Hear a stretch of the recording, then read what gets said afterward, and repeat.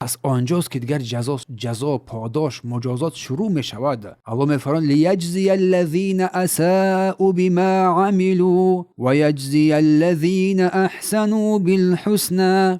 و پاداش و جزا در آن روز الله سبحانه و تعالی می دهد آن کسانی را که بد کردن، بدکرداری کردن، بر نفس خود ظلم کردن، حتما جزا بر آنها خواهد رسید. و یجزی الذین احسنوا بالحسنى. و الله سبحانه و تعالی آن کسانی را که در این دنیا نیکوکار بودن پاداش نیک خواهد داد. نعمت بزرگ برای مؤمنان.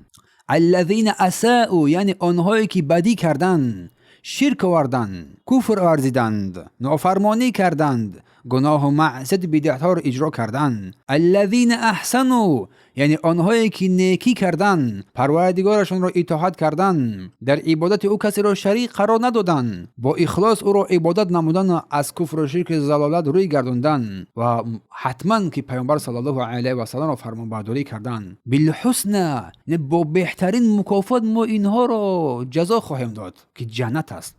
آن روز می شود که بدکاران را با اعمالشان جزا خواهد داد، اهل شرک را، اهل کفر را، اهل بدعت را، و جزای نیک دیگر نیکوکاران را با آن پاداش نیکی که آنها در این دنیا زحمت کشیدن. پس تمام نیکی ها این توحید است با اخلاص در عبادت، و تمام بدی ها، سران بدی ها این شرک و بدعت است و نافرمانی از الله و رسولش.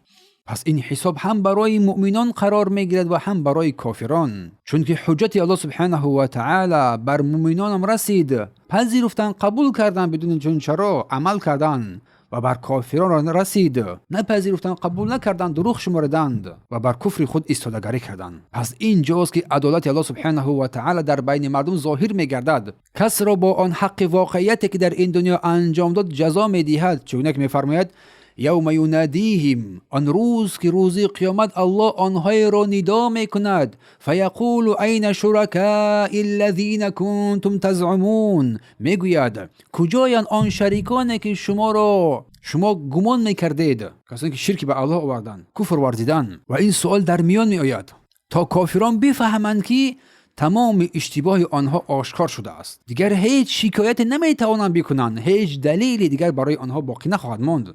پس این مرگ سبب انتقال موتو ای انسانها به سوی آخرت است و بحث احیا.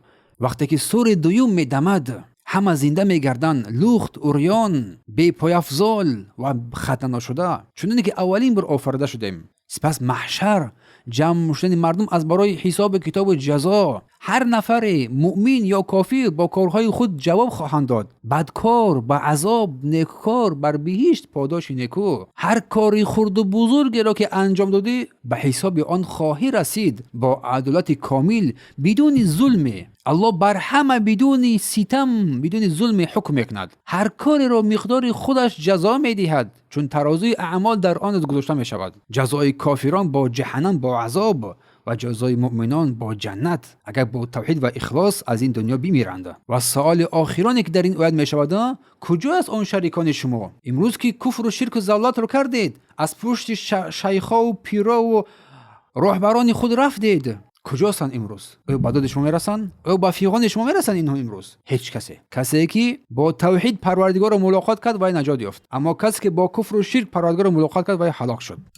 ای انسان، از ابتدا عریان بودی، از مادر عریان بر آمدی، سپس یک کفن را با خود با قبر میبری و سپس در روز قیامت عریان باز زیر محکمه الله سبحانه و تعالی حشر خواهی شد. اول از مادر به دنیا آمدی پاک و پاکیزه، بدون عمل، بدون گناه، سپس در این دنیا گناه و معصیت را کردی یا اطاعت و فرمانبرداری کردی و سپس با این دو اعمالی که کردی در نزد پروردگار مورد حساب کتاب قرار میگیری. پس خوشا به حال آن نفرانی که اطاعت و فرمانبرداری پروردگار را کردند و در روز قیامت اعمال آنها به دست راست آنها داده می شود، کتاب آنها به دست راست آنها داده می شود و میگوید از خرسندی ها او مقرؤ کتابی، ای مردم این کتاب من است، من مرحمت میخونید کتاب من را، از خوشحالیش. اما شخص کافر دیگر پریشان حال، دیگر نمیدونه چیکار کند. پس هر کسی که اگر که چیزی از این را انکار کند و کافر میگردد.